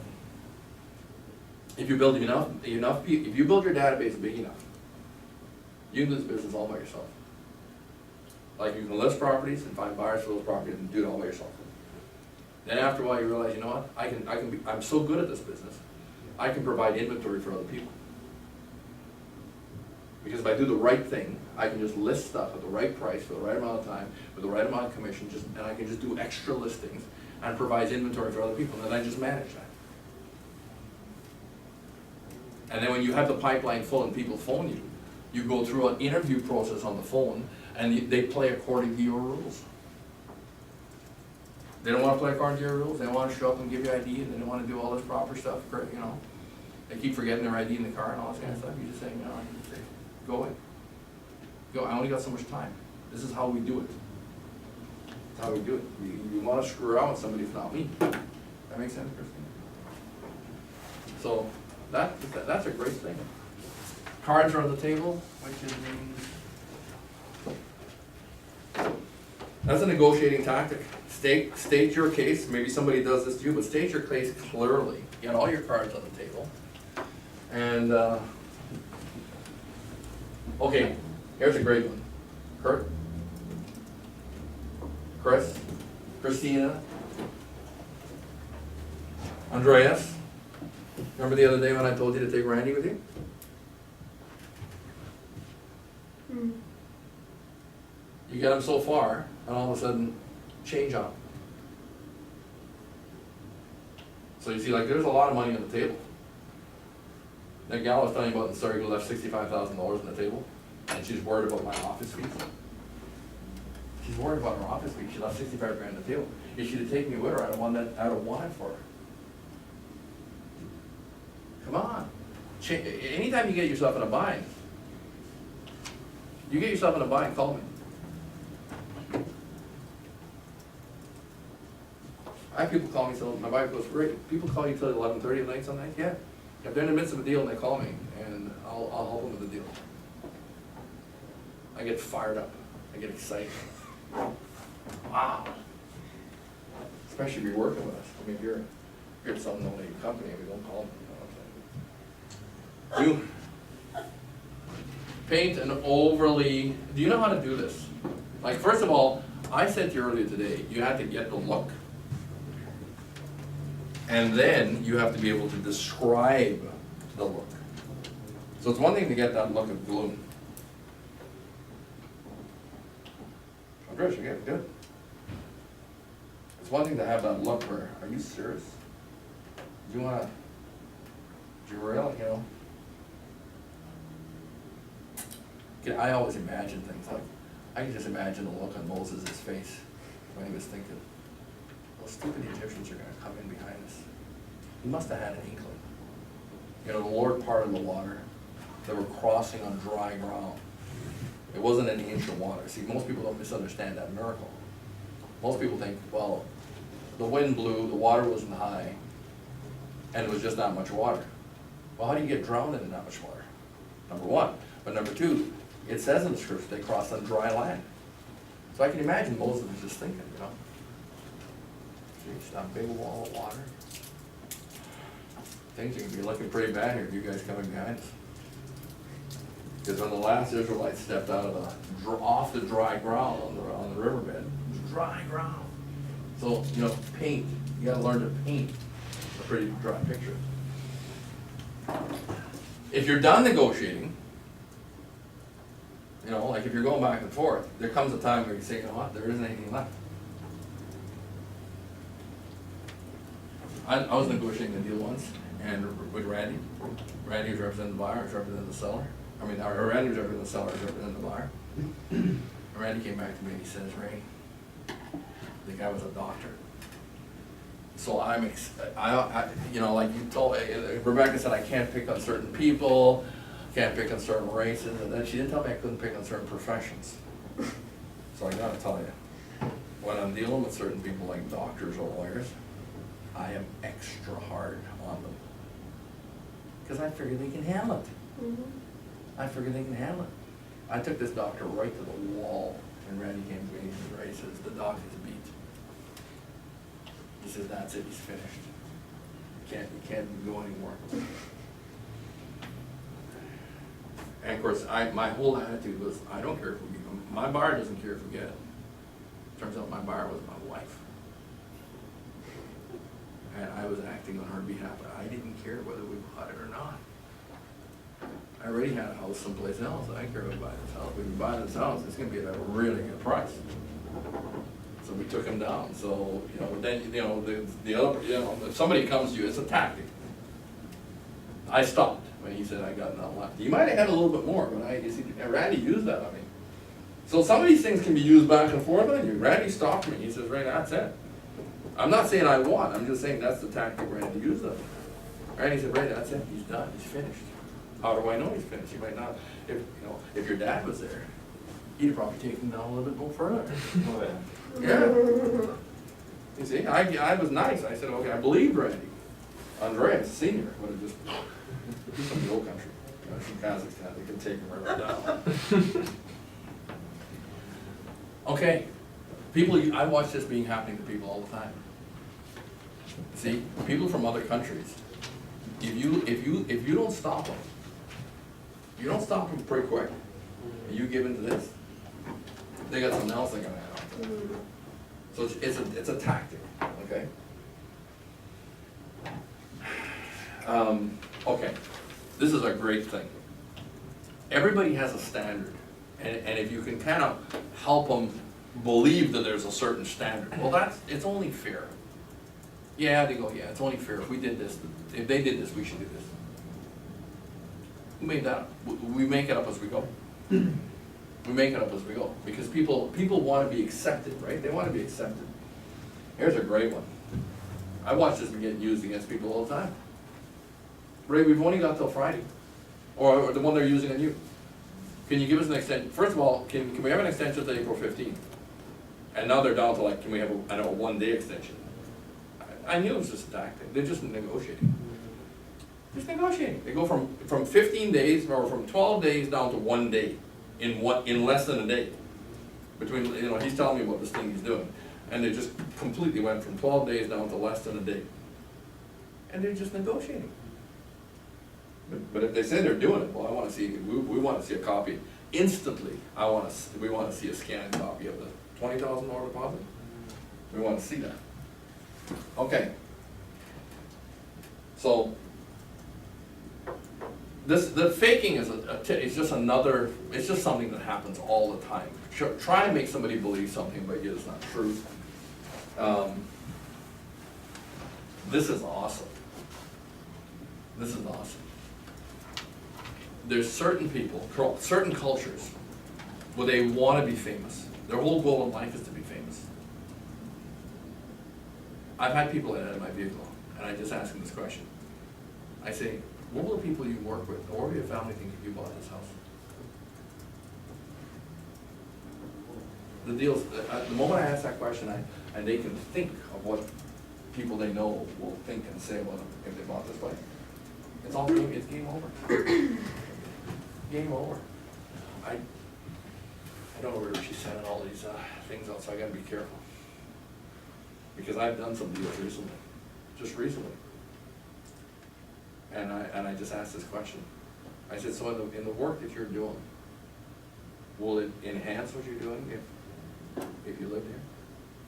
As soon as I said that, the deal was, it was like, yes, it will enhance what I'm doing. See, so you never want to underestimate pride. Everybody has it. Doesn't matter. The moment you peel back the color of their skin, everybody's got pride. Everybody's got fear of loss. All these things we talk about, everybody has it. It's not in some people and not in others. It's just that some people have it more, for sure. Now, everybody wants to look good. Try to figure out a way how to make everybody look good. Let's say you work really hard, you put a deal together, you negotiate something. Always talk about it like it was their idea. Boy, that was sure good when you guys did that. Even if you had suggested it, just make them feel, wow, they want it, they did it, they got it, right? They like that. And this is tricky, but nudging people is tricky, so it takes a lot of skill. Some of these things you gotta realize, skills pay the bills. If you ever have trouble paying your bills, it's because you're low on skills. If you have trouble getting where you wanna go, your skill level is low. See, the first thing that happens to realtors is they get the real estate license, and they think that's gonna help them. They have no skill. If you come up against a guy who's got skill, you'll get skin. You gotta learn the skills. If you learn the skills, you're gonna go a long way. You don't learn them overnight. So, this is an old tactic, but you can go back and forth and help people understand somebody's good, somebody's bad. Try to be the good guy if you can. Sometimes you have to be the bad guy. There's another one, interim trade. My battery's just about that. Interim trade, so make an exchange during the negotiation that will not get into the final contract. Just always be trading. I'm always trading stuff. See, think in terms of when you answer a phone call and somebody asks you for a quote, anything. It doesn't matter what the business is. So somebody phones you up and says, well, how much is the price? How much is that service? You say, well, right away you're trading. Well, we have several prices. When would be a good time for me to meet and show you exactly what we do? So he goes from asking you for the price list, and you go, when can we meet? And I'll give you the price, I'll bring the prices with, because it's several prices. Matter of fact, we have in our business, we're regulated. So when you're in a regulated business like real estate, we will have the government phones, government regulators will phone us. Have you had one yet? Oh, well, if you answer the phone long enough, you'll get government regulators. They'll trick you. They'll go, this is their typical line. They'll go, so Ray, what's your standard commission on selling a home? I said, I don't have such a thing. Well, no, I mean, what do you typically charge? I said, we don't typically charge. I said, we're contractors. I said, so every house isn't typical. I said, did you have a property in mind? Yeah, I was thinking about selling my home. This is the guy, I've had government, I'm quoting exactly what they'll say on the phone. I said, why can't I come see it? Well, no, I just wanna know what you charge. I said, well, it makes no sense to tell you what I charge. I said, it could be anything from 1%, from 3% to 15%. I said, depends on the project. I said, why can't I come see the project? And then I give you a really good idea what it would cost to do it. So you see, on the phone, I used to be several different types of contractors. I was a painting contractor, drywall contractor, general contractor, right? So feeling all those calls, coming into real estate, it was like, Ray, how much do you charge to sell a home? I said, depends on the home. You know, certain homes in certain places, depending on the neighborhood, like if I gotta wear a flak vest to go into the neighborhood, like if I have to wear a bulletproof vest when I show the property, you know what I'm saying? Like I mean, the rate of commission's gonna be higher. You know, come on. You know, if I've got to pack, like if I have to pack, well, the rate's gonna be higher. So when can I see the property? Well, you'll drive those government guys just crazy if you just keep saying, price is the last thing on the list. The last thing we talk about is price. Ray, I had a lady, she's calling me from Cranbrook. She said, well, how much is your commission rate? I said, I need to ask you a question. I said, if you're making the decision based on commission, then I said, you don't need to talk to me. Because I could just about guarantee you that somebody will sell that hotel in Cranbrook for less money than me. Or they will list it for less money than me. So I said, if your bottom line, is your bottom line who's got the lowest commission? But the phone went dead. She goes, I never thought of that. I said, well, you should think about it. I said, because you always get what you pay for. And if your bottom line is to get the lowest cost provider, then you could just wipe me off the list, because I'm not gonna be the lowest cost provider. Guaranteed I'm not gonna be the lowest. So if your bottom line is to find the lowest cost, then you don't need to talk to me.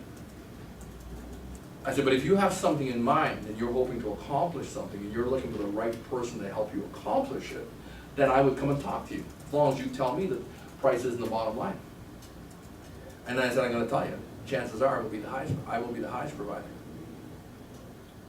So there comes a point in your business, if you built up your reputation, your credentials, like when I go on a commercial listing presentation, I have the highest qualification in terms of designations, in terms of education, that anybody could ever have. And so I'm not about, when you're a CCIM, I'm not about to negotiate the commission. There's lots of things we're gonna negotiate, not the commission. I'm gonna get paid well. So the moment you realize that if I work on me harder than I work on the job, I can get paid better. Go to work on you.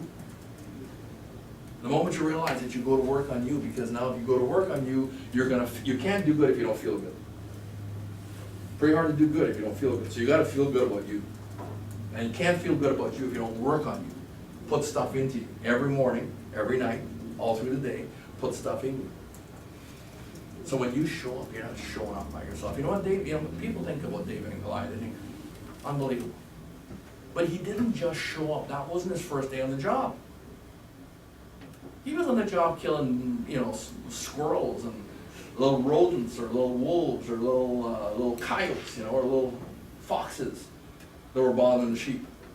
Eventually he worked his way up to, to lions and bears and all this kind of stuff before he took Goliath on. So we all have to work our way up and take down smaller things. What are we at? Linking. Connect things. Ooh, that's too quick there. I need a new battery, Rebecca.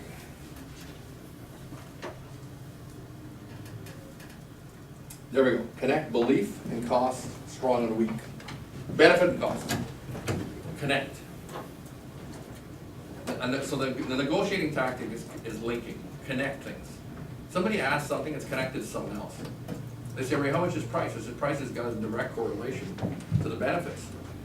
I said, it depends what the benefits you know, like for instance, if you don't want a lot of benefits, if you don't want nationwide advertising, you don't have to list with me. You can list with 1% or some no-name brand company. If you don't want to be known all over the, wherever to get the highest price, if you're not interested in the highest price, see? When you know what your benefit package is, that's what most people don't know. Sherry, in the early days, the thing you have to study is the benefit package. When you put the benefit package on the table, this is all the benefits that happen when you list with me. You'll take the listings away. It doesn't matter how new you are. The other people aren't going to come with benefits, they're going to come with price. And anytime you lose a listing to somebody who had a lower price, you know that the person who was signing the listing, probably mentally challenged. Probably mentally challenged. So link connecting. I like this one. Ray, whether it's low or high, so we do both together, low or high. Sellers go, Ray, we can always come down. We want to list it up here, we can always come down. Don't they say that? Every time they say that to me, I go, folks, I gotta tell you something. I gotta ask you a question. I said, let's say we listed it up here. We don't get any offers. What are you gonna think about me? Well, that Ray's a hard-working guy. He's just awesome. Listed our house, what, 4 months ago? Hardly has any showings. He does the auto open house here and everything. No offers. He's just awesome. I love him.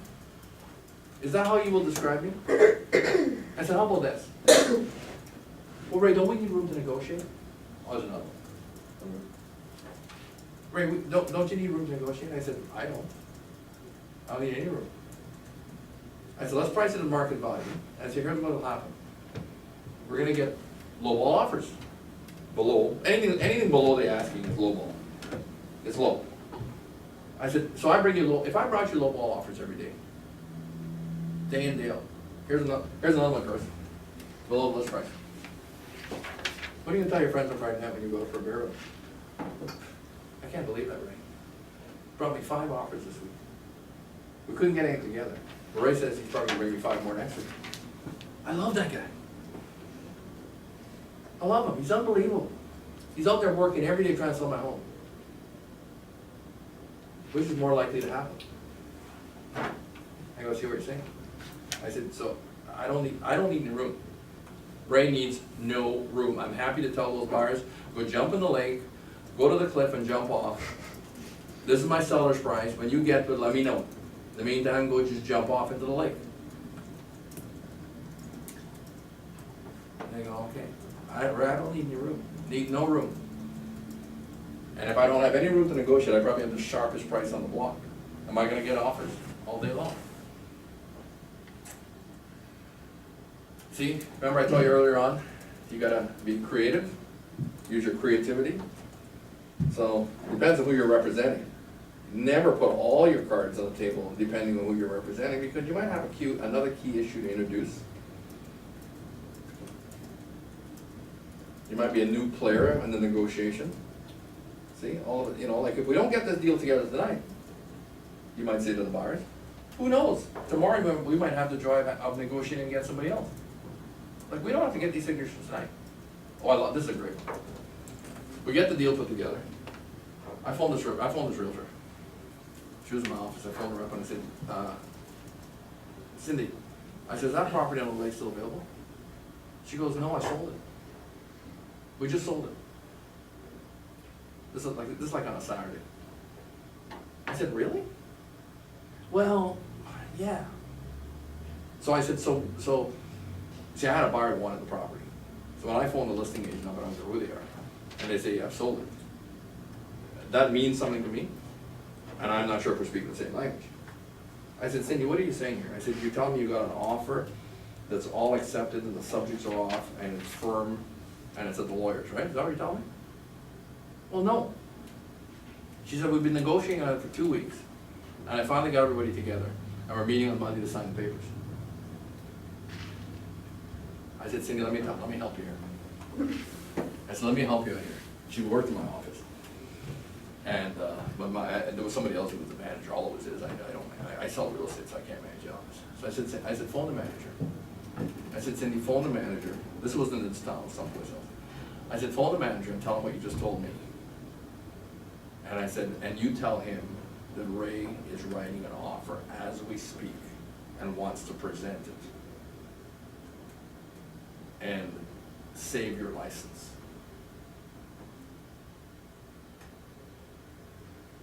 You see, when people say things like that are licensed people, you gotta call them on the carpet.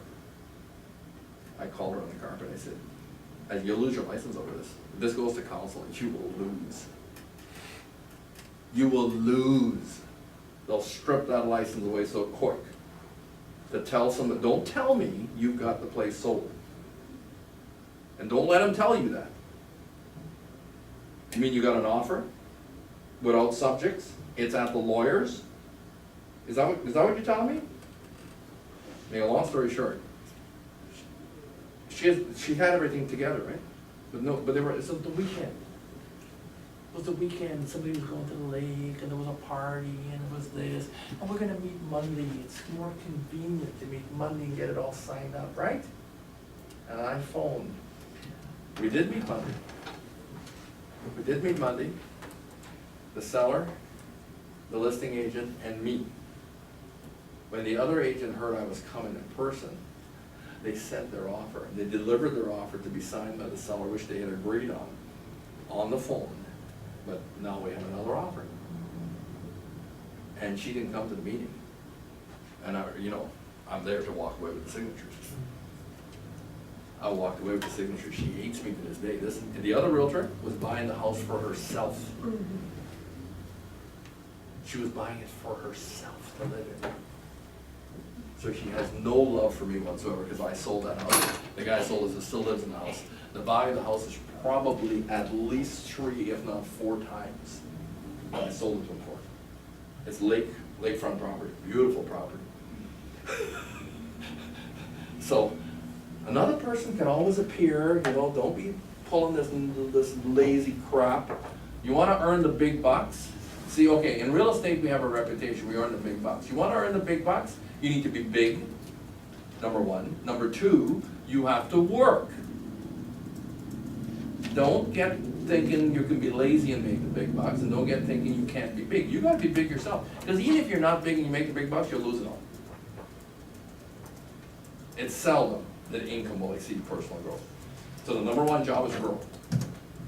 You gotta do it every day just the way you grow babies. You grow babies, you feed them every once in a while. Those suckers want to get fed every couple hours. All the time. Not every once in a while. Well, you want to grow personally, you gotta feed yourself regularly. Okay, I could make racial comments about this one, but I won't.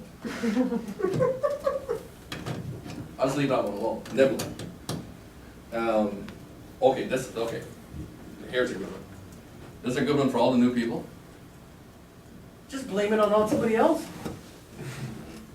I just say, well, I can't make that decision without talking to Dave. Well, I blame Dave. Okay? I mean, if you got a guy like Dave, he's the best real estate manager in the Lower Mainland, bar none. I know them all, there's nobody better than David Rochelle. So, but you got a guy like him on your side. This is when you can just come up with stuff like it's unbelievable.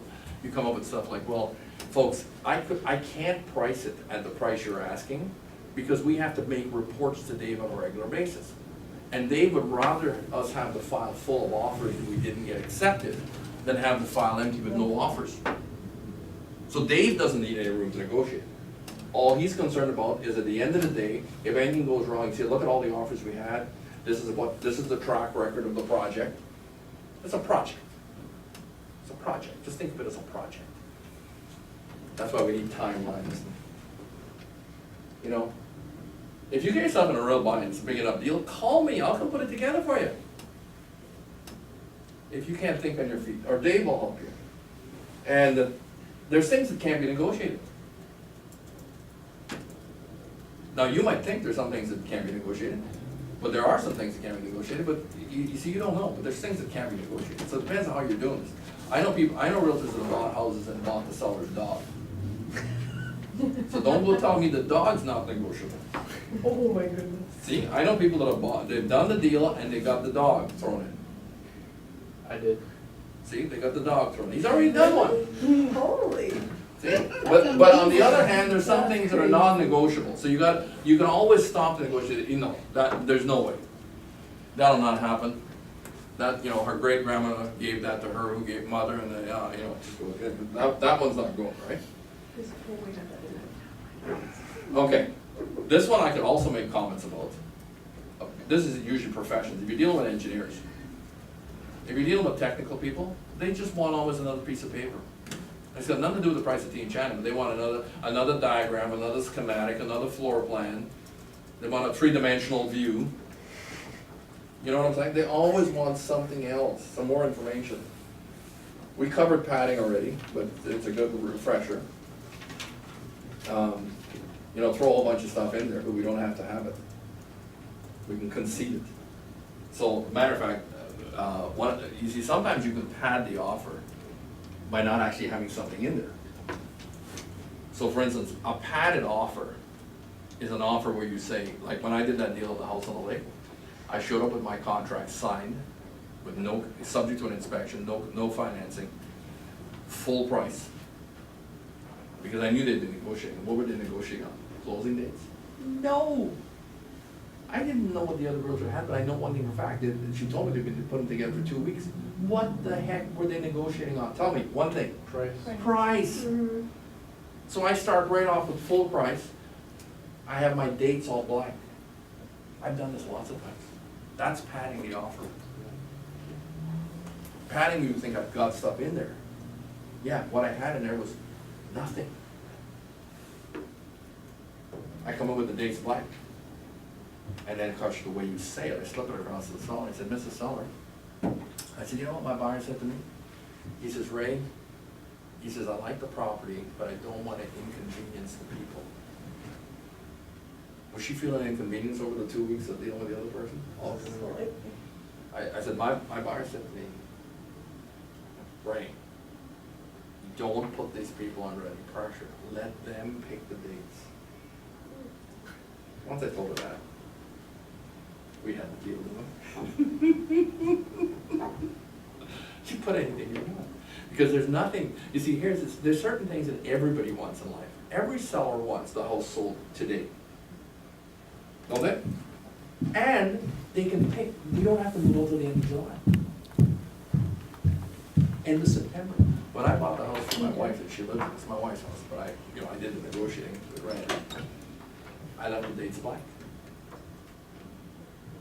And I got the price, and Randy and his seller filled the dates in. And we did the deal in June, and we closed it in September. So you see, price isn't everything. I can prove it over and over again. Price is not everything. Anytime people make you believe price is everything, you are weak. You just don't know human beings. Human beings are not wired. When God made us, we didn't come out of the womb thinking, I gotta get the best price. We were thinking, I gotta get a warm place with food. I gotta feel good. There's lots of thoughts in a baby's mind, but it's not price. If you got little kids and you take them shopping, they don't go, oh Dad, no, that game's way too much money. Dad, let's not buy that toy. Ooh, Dad, look, there's a toy over here that's a better price. Which kid do you think looks at price? They don't know there's a price. They go, Dad, that's the one I want, right there. You're thinking that's the most expensive. They don't know about price. So price can't be everything. Oh yeah, learn to phase. Learn, don't throw all the bad stuff at them. Give them a little bit of bad stuff, a little bit of bad stuff, don't throw it all at them. So like for instance, I just did that this morning. Last night I sent an email, I said to the guys, look, I said, I can probably get you the price, and I can get you the dates for the subject mobile, but we're gonna have to give them some of the deposit unconditionally. We're probably gonna change the closing dates a little bit, I'll rewrite the contract. See, didn't tell them all the bad news, tell them mix it in, so phase it in, because they're only human, right? If you can get somebody on your side, that's awesome. Oh yeah. Just before you sign, or this will be used against you, sometimes people who just before they sign, this Chinese guy did this to one of the realtors in Surrey on night before last. His wife signed the contract. This is the house his wife wants. They've looked at 14 homes.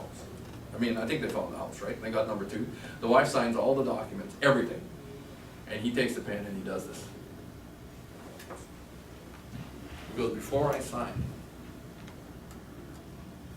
Now you could do this, or you could help people do this, or you gotta at least know when people are doing it to you. So the thing about a negotiating tactic is not that you're trying to learn all the tactics so you can do them. You're first of all trying to learn all the tactics so you recognize them. Because the worst thing is for somebody to do it to you. So when somebody just before they sign goes, well, Ray, could we do this? And now you have to go back into your toolbox and go, whatever it is you need to use. The go to standby is always, really? Seriously? No, I was just teasing her. You know on commission negotiation, I've done lots, right? But on commission negotiations, I don't know how many times people say, Ray, will you charge lower commission? I go, no. And this is what I've had some people go, I didn't think so. But I just asked. Sorry, Ray, I'm just asking. You stop them right in the track. You go, first of all, the words alone won't do it. So if you just said no, with a smile, and you gotta get that look like, no. What were you thinking? Did you think like that I was on sale, like half off today or something? Like I know they got a sale at Seriously. Did you think I was on sale too? Hello? Sometimes people will do this to you, leave a false trail. There's a rush in front, 2 alternatives, one's intimidating, reducing choice. Help people out by don't giving them too much choice. Oh, that's a great one. Right, you don't do what I want, we'll see you in court. Really? And then people say this one all the time, they do this all the time, we'll see you in court. You don't give me what I want, I'll see you in court. It's just a tactic. You know what it costs to go to court? A lot. So whatever it is we're negotiating, is it less than what it costs to go to court? Usually it is. So why would you bother thinking you would see me in court? You just smile at them, you go, really? Seriously? Like you can go to court for less than what we're talking about here? Let's find a way to settle this.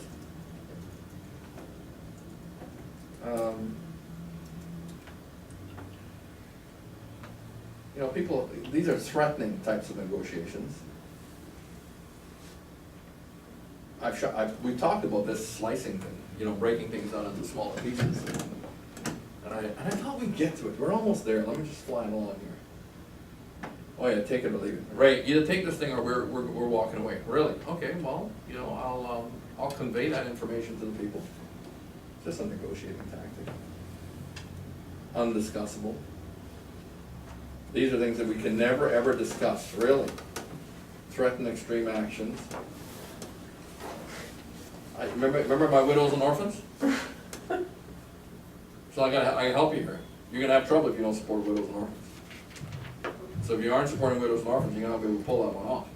But my story with the widows, and I told them, I said the orphans sent me the message. They told me, Ray, do not take any crap from Koreans like you. Did I say that? Questions?